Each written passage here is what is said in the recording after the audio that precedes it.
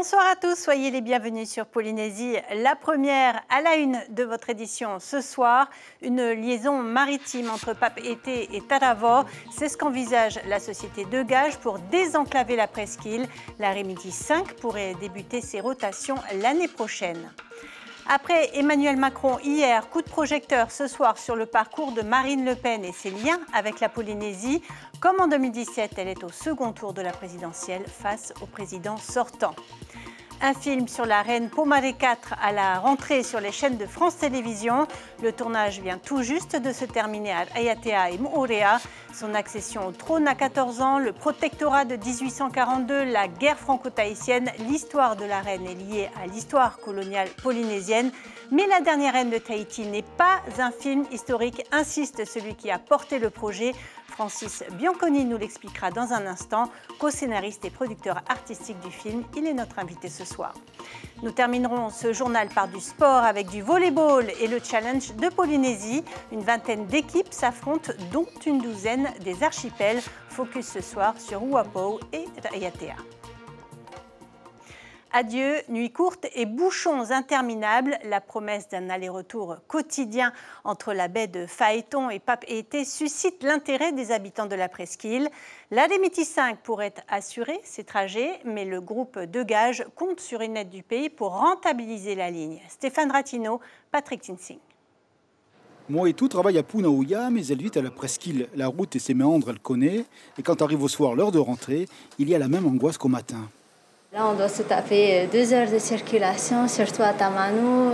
Il y a énormément de bouchons, donc ça devient compliqué un peu pour rentrer à la maison. Et puis, une fois rentré à la presqu'île, il faut faire le 1. À la presqu'île, l'idée que Papeete s'éloigne chaque jour grandit. Les habitants ont beau tout essayer, la voiture, ça galère. Le bus dans les bouchons aussi, à part peut-être le premier dont le départ est à 2h30 du matin. Alors l'idée du bateau fait un peu son chemin. De la presqu'île à Papeete, sur la carte, 54 km, mais pour les mobilités, ce ne sont pas les distances kilométriques qui comptent, mais bien l'espace-temps, la durée. Sur la route le matin, au moment des bouchons, c'est plus de 2 heures pour rejoindre la capitale. Le comparatif est en faveur de la voie maritime. La proposition du groupe de Gage, elle, parle d'un voyage d'1h15 de Taravao jusqu'à Papeete. C'est une bonne initiative pour les personnes qui sont de la presqu'île, surtout ceux qui travaillent sur la ville, qui quittent à 3 heures du matin. Ils viennent attendre le bus ici devant notre snack. Il y a quand même beaucoup de monde. Donc je pense que c'est un beau projet pour nous, pour ceux de la presqu'île. C'est très bien parce que ça change un peu de la routine, quoi. Je préfère encore aller en bus parce que j'ai le mal de nez. Donc aller en bateau, ce ne serait pas trop génial pour moi. Ainsi, lent par la route, plus rapide par la mer. Ce comparatif est dans toutes les têtes. Il est à la base du projet du groupe de Gage avec son bateau, la Remiti 5.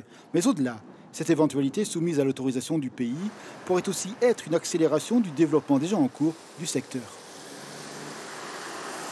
Je pense que ça peut être bon pour le développement. Après, Taravao, c'est une ville qui est une deuxième ville qui certainement...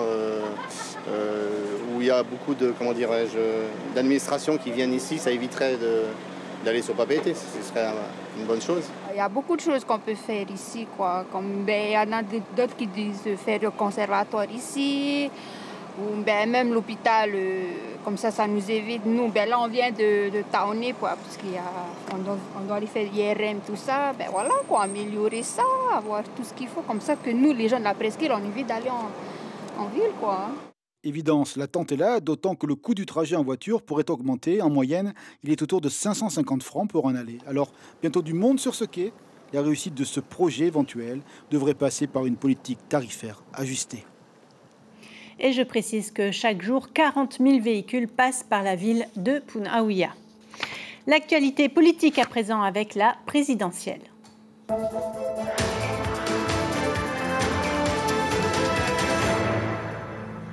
Et je vous rappelle les résultats du premier tour. 27,85% pour Emmanuel Macron, 23,15% pour Marine Le Pen. Après le portrait du président sortant hier, nous vous proposons ce soir de redécouvrir l'autre candidate encore en lice pour l'élection présidentielle, Marine Le Pen du Rassemblement national. Son parcours et ses liens avec la Polynésie, une enfance bercée par la politique. Elle s'est déplacée en Polynésie en 2013. Retour en images avec Lucille Guichet-Tirao et Miranda Aridei. Malgré ses 2 échecs précédents, Marine Le Pen parvient à hisser l'extrême droite au second tour de la présidentielle avec 23,15%. Comme en 2017, elle sera face à Emmanuel Macron. Vous avez-vous une part de responsabilité dans la haine qui se développe chez un certain nombre de jeunes à l'égard de la France? Quand vous allez en Algérie pour accuser la France de crimes contre l'humanité, crimes contre l'humanité? Avocate de formation, Marine Le Pen a une enfance marquée par la politique. Fille de Jean-Marie Le Pen, elle s'engage au Front National dès ses 18 ans. Nous avons été confrontés, en qualité de fille de Jean-Marie Le Pen, à un grand nombre d'obstacles dans notre vie. Et peut-être cela nous a forgé un caractère plus combatif. Elle remporte sa première élection à 30 ans comme conseillère régionale du Nord-Pas-de-Calais, sous la bannière Front National. En 2013, elle vient en Polynésie et compte peser dans le débat politique local. Je demande à ceux qui m'ont fait confiance à la présidentielle, puisque je suis arrivé en 3e position en Polynésie, ça n'est donc pas totalement anodin, de rejeter radicalement tous ceux qui emmènent la Polynésie vers l'indépendance. Pourquoi ? Parce que l'indépendance, ce sera simplement la misère, l'effondrement économique. Lors de la présidentielle de 2017, le Tahuera soutient Marine Le Pen. Ce n'est pas un soutien au Front National. C'est quoi la différence ? La différence, c'est qu'on soutient le programme de la candidate Marine Le Pen. Si, encore une fois, les Chiraciens historiques soutiennent peu ou prou mon projet, c'est parce qu'ils retrouvent dans mon projet cette affection à l'égard de l'outre-mer. C'est en Polynésie qu'elle décroche son meilleur score outre-mer en 2017, avec plus de 32%. L'année suivante, le Front National devient le Rassemblement national et travaille à dédiaboliser son image. Je crois à l'inégalité des races, oui, bien sûr, c'est évident. C'est un boulet pour le Front National. Mais écoutez, oui, ils nous emmerdent, bien sûr, oui, ça vous a échappé ? Le discours sur l'immigration ou encore l'homosexualité se lisse, même si le nationalisme reste au cœur du parti. Cette année, plusieurs proches de Marine Le Pen claquent la porte du parti pour rejoindre Éric Zemmour. Avec un programme pour la Polynésie en 12 points, Marine Le Pen s'engage auprès des Polynésiens dans une vidéo de campagne. Je m'engage ici, devant vous, à enfin tenir les engagements pris à l'égard des Polynésiens victimes des maladies radio-induites. Depuis trop longtemps, l'État s'est défaussé de sa responsabilité accablante en la matière. Marine Le Pen est soutenue par le TENATI, Rassemblement national Polynésie. Et voilà qui referme notre page consacrée au 2e tour de la présidentielle.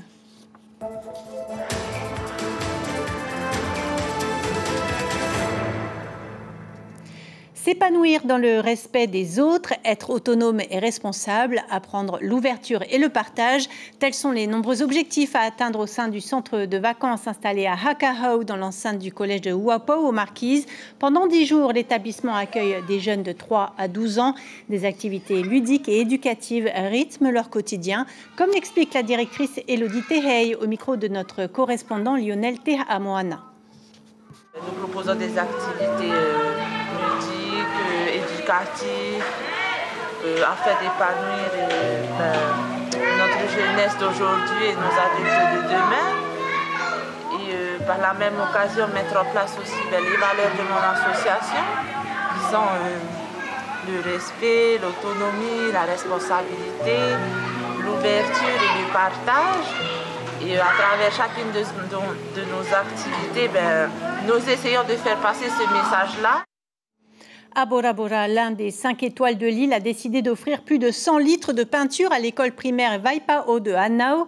Les bénévoles de l'hôtel, mais aussi le personnel communal et les enseignants se sont mobilisés cette semaine autour de ce projet d'embellissement.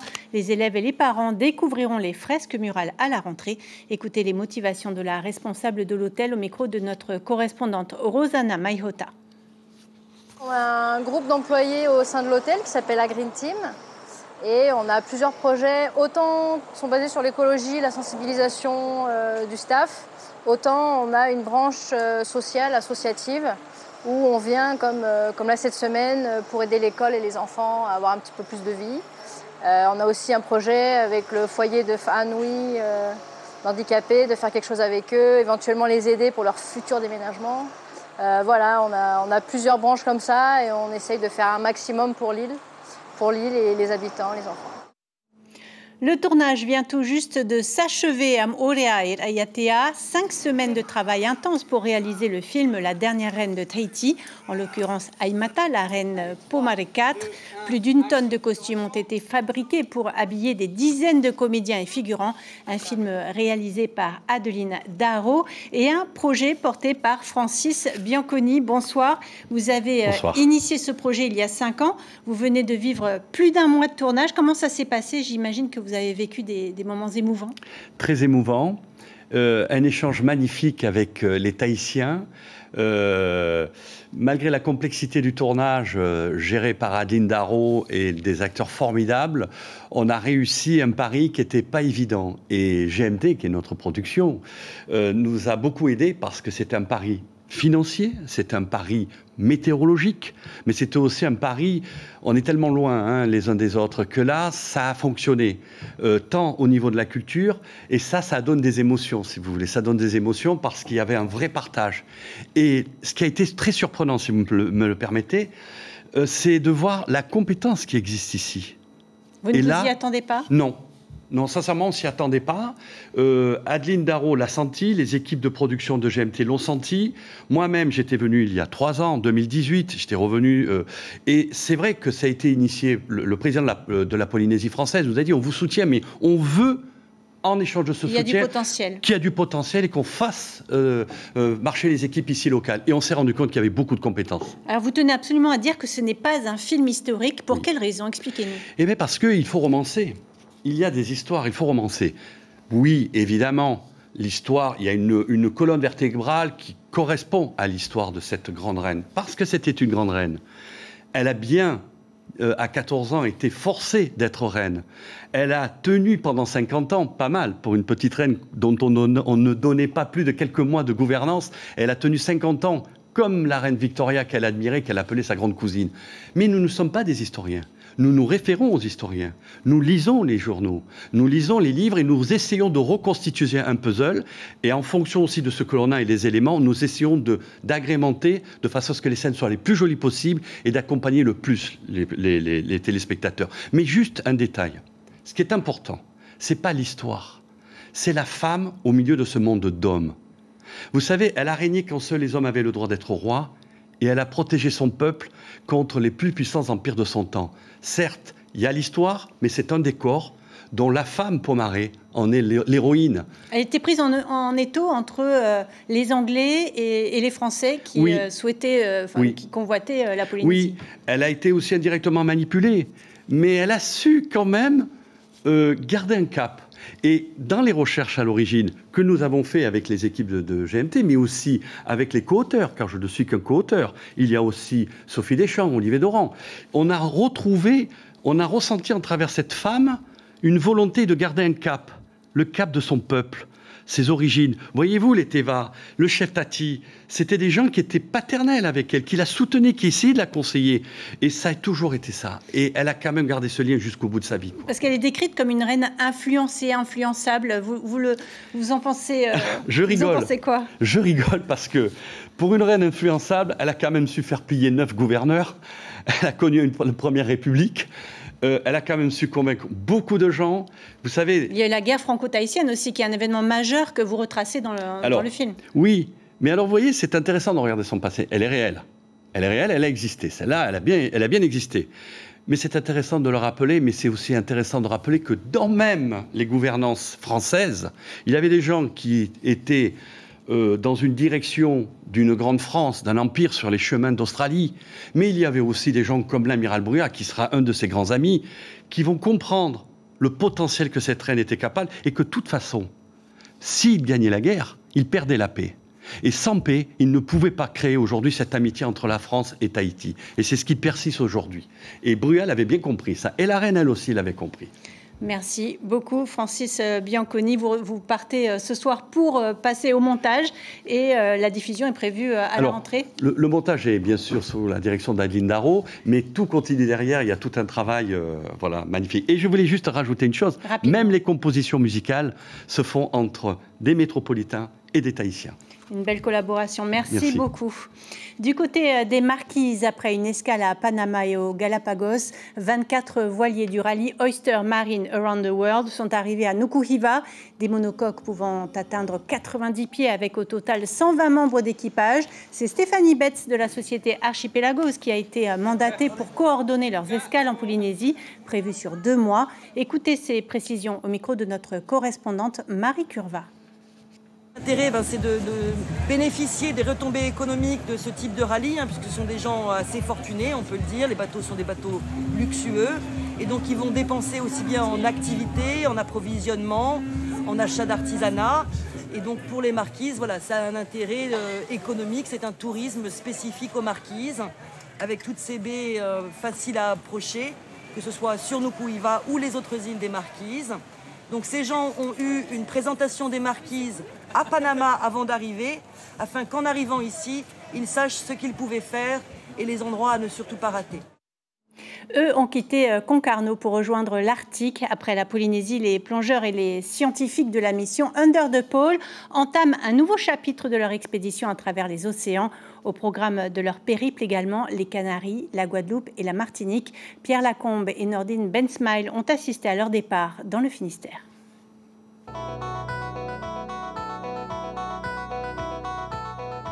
À 111 mètres sous la banquise dans l'Arctique, dans une capsule immergée à 20 mètres de profondeur en Polynésie, ces images ont fait le tour du monde. Depuis 14 ans, Emmanuel et Guylain Bardou explorent les océans en famille. Ça vient d'abord de notre passion de plongeur, de notre passion pour le milieu marin, pour le milieu sous-marin qui a besoin d'être protégé aujourd'hui. Le programme Under the Pole, c'est leur contribution à la connaissance, à la recherche, mais aussi à la sensibilisation sur la nécessité de préserver les océans. En zone polaire, en zone tropicale, on va travailler de manière systématique à différentes profondeurs et voir dans quelle mesure ils sont impactés ou au contraire protégés finalement des interférences humaines comme la pollution, comme la surpêche. Il y a 3 ans, en Polynésie, ils ont plongé plus de 1000 fois dans les eaux du Pacifique et se sont enfermés dans une capsule pour observer les coraux mésophotiques, ce que l'on retrouve entre 30 et 150 mètres de profondeur. On est parti avec une connaissance presque proche de 0 sur les coraux profonds en Polynésie française. Et on a fini après 1 an avec la banque de corail mésophotique la plus importante au monde. Retour à Concarneau, le camp de base d'Under the Pole. Nous sommes à quelques heures du départ de la première expédition d'un vaste programme des Nations Unies sur la connaissance des océans. C'est l'île principale de l'archipel du Svalbard qui est tout au nord de l'Europe, à peu près à 1000 km au nord du nord de la Norvège. Voilà, donc c'est un peu loin, c'est polaire. Ce sera ensuite les Canaries, un climat plus tempéré. Demain, l'année prochaine, les Caraïbes, avec notamment la Martinique, la Guadeloupe. Et puis peut-être que derrière, l'itinéraire n'est pas complètement fait, mais on remontera peut-être par Saint-Pierre-et-Miquelon. Guylain, Emmanuel et leurs 2 enfants, Robin et Tom, rejoindront l'équipage de la Goélette un peu plus tard. Ce programme scientifique à travers les océans va durer 10 ans. Retour à Tahiti avec du sport. Samedi dernier, la Fédération tahitienne de volleyball a lancé le Challenge de Polynésie. 20 équipes sont en lice, dont une douzaine des archipels. Îles Sous-le-Vent, Marquises, Austral et Tuamotu sont venus en force avec des joueurs jeunes et talentueux. Ismail Tahiata et Mirko Vanfo ont rencontré les équipes de Huapou et de Raiatea. Sans Newton et la force de gravitation, le volleyball n'aurait sans doute jamais existé. La balle monte puis redescend selon une courbe donnée. Aux joueurs maintenant à la faire tomber au bon endroit. À ce jeu, les volleyeurs de Raiatea en maillot rose savent y faire. Leur carte maîtresse, la jeunesse. Ça fait 2 ans qu'on joue ensemble. Et ouais, l'association elle a à peu près 3 ans. On a mis en place avec certains anciens joueurs. Et le groupe est composé de jeunes qu'il y a dans le membre du bureau, c'est que des jeunes aussi. Et cette année, on avait pour objectif de gagner le championnat pour ainsi participer au challenge de Polynésie. Face à eux, l'équipe de Huapo. En maillot noir, ils ont quitté leur vallée de Hakahetau pour se mesurer aux meilleures équipes du Whenua. Objectif, faire mieux que 2018. 2018, on n'a pas passé les poules. Et là, je pense qu'on va essayer d'aller loin. Ça se passe bien. On est en train d'apprendre en même temps et de découvrir avec les jeunes. Après 2 années de Covid, le volleyball avait hâte de reprendre du service. En plus de Bora Bora et Taha pour les îles sous le vent, l'équipe de Tubuai pour les Australes, celle de Rangiroa pour les Tuamotu avec 2 formations. Malgré l'éloignement, certaines équipes réussissent à tirer leur épingle du jeu. Quoique que les îles Marquis cette année ont quand même de bons éléments, de bons joueurs et un bon niveau. Voilà. Ils ont quand même gagné sur des matchs sur Tahiti. Il y a du level, surtout dans notre poule, nous, la poule 1, il y a du sacré level aussi. Tu as TDO qui est en Fédéral B, Vénus aussi, c'est pas mal. Avec Team Papeete. En fait, pour moi, toutes les équipes méritent leur place ici. Toutes les équipes ont le niveau pour participer au Challenge Polynésie. S'ils sont venus, c'est qu'ils ont le niveau.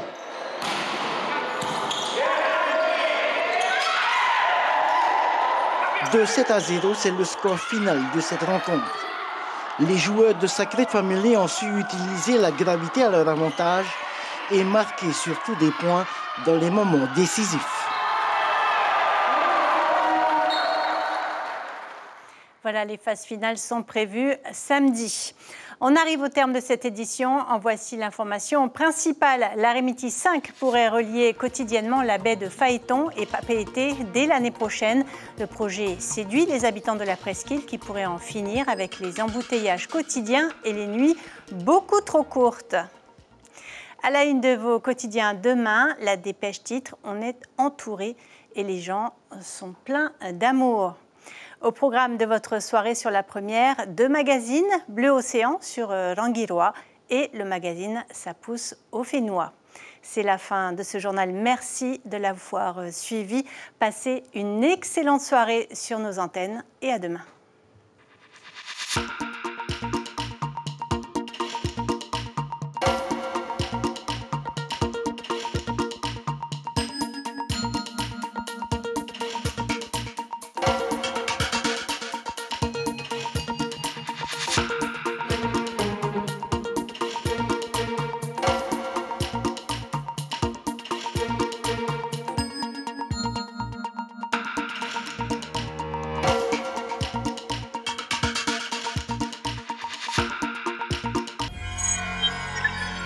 Retrouvez ce programme en replay sur notre site internet.